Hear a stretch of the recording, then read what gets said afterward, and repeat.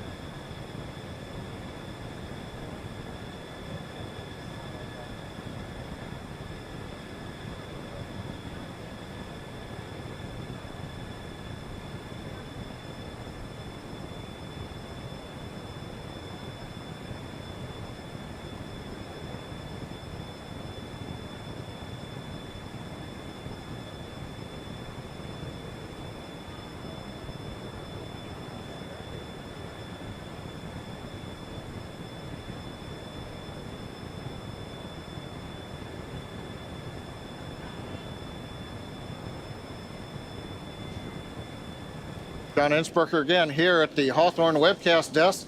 We're holding a T-minus 40 seconds. What we've heard so far is we have a couple of issues we're working. One is the booster tank pressurization. Final pressurization was just a little bit long. That's not unusual. We've held a T-minus 40 seconds before to pressurize. That appears to have been resolved. At the same time on the second stage, they're working some final purging. We should know very shortly if that is cleared and if we'll continue the countdown. Everyone, especially that person, is excited to keep going. Like John said, we should know shortly if we are able to continue. But as we mentioned before, we are able to hold up to 15 minutes and still be able to lift off today. Yeah, on Falcon 9, it's a little bit different. Once we start propellant loading, we pretty much have to go at the targeted time. Otherwise, the propellants can warm up and we may not have the performance for that particular mission profile. It's a little bit different on Starship. Folks, if I can interrupt, yeah, it looks like they're clearing all the flags and we're going to release at T-minus 40 seconds. That is amazing news. Amazing. Team working quickly through their issues on first and second stages. And I'm sure all of the rehearsals and simulations that they've been doing have prepared them to evaluate this data quickly to try to get us in for today's launch attempt. For those of you just joining, we have a brief hold at the T-minus 40 second mark. The team is resolving one issue with the bleed purge on the stage 2 Raptors. Like John just said, the teams are quickly working that, and it looks like the flags are being cleared as we speak. So we should be able to resume the launch countdown any moment now.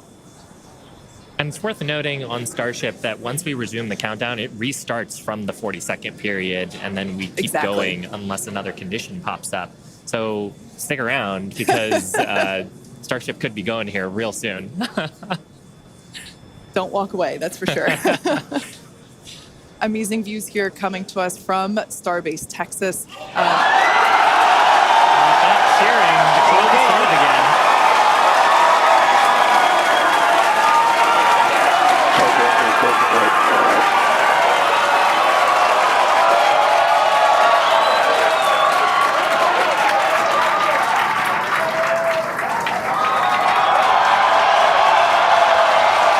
T-minus 15 seconds.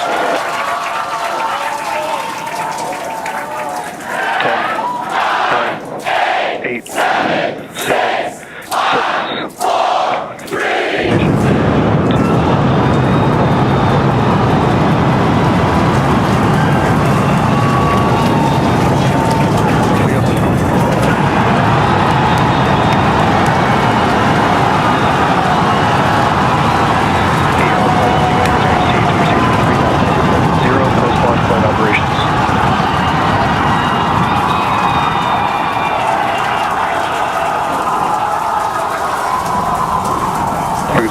Chamber pressure is nominal.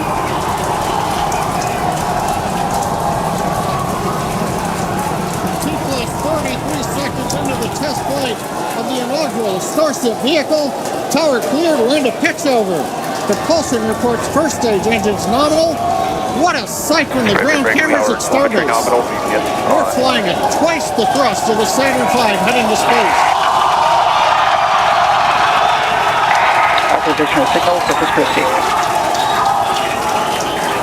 We're throttled down and throttled back up. Going through the period of maximum aerodynamic pressure.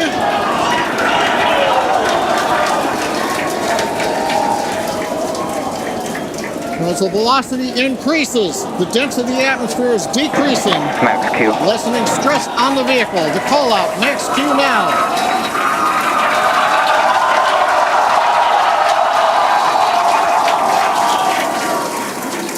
Continuing to watch the first stage as we head downrange.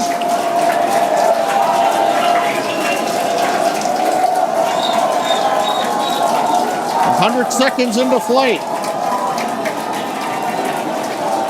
Our next major activity is going to be shutdown of the first stage. The Houston tracking station now acquiring the vehicle. With shutdown, we will get separation of Starship from Super Heavy and ignition of the Starship engines. When Starship separates, we light up 6 engines in a staggered sequence. And if all goes well, those 6 engines will burn for almost 6.5 minutes. Onboard view from Starship. And there's views of the Raptor engines on the second stage as we prepare for stage separation. Now after stage separation, the first stage will flip and begin a boost back maneuver for landing in the Gulf.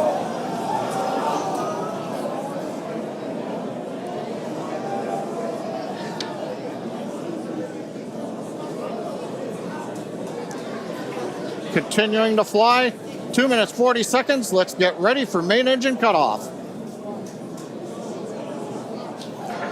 Booster engine cutoff. Beginning the flip for stage separation.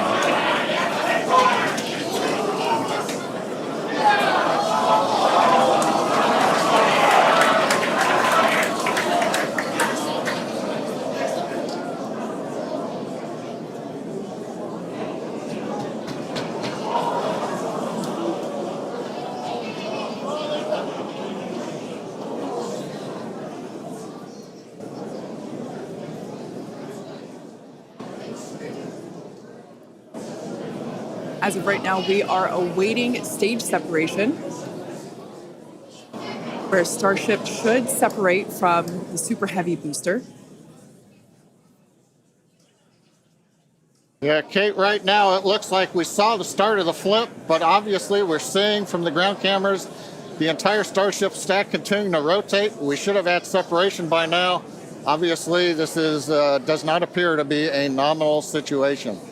Yeah, it does appear to be spinning, but I do want to remind everyone that everything after clearing the tower was icing on the cake.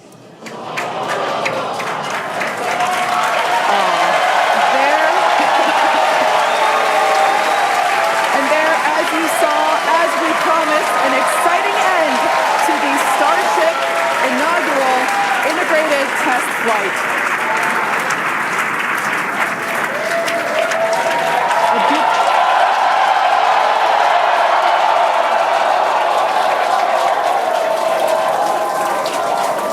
Everyone here absolutely pumped to clear the pad and make it this far into the test flight, the first integrated flight of the booster and the Starship vehicle.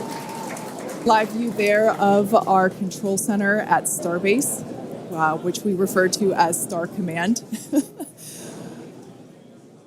As we said before, obviously we wanted to make it all the way through, but to get this far, honestly, is amazing.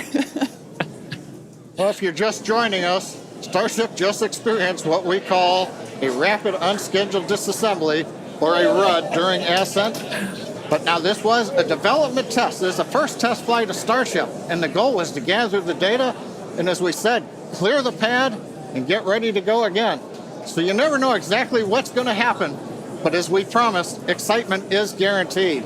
and Starship gave us a rather spectacular end to what was truly an incredible test thus far.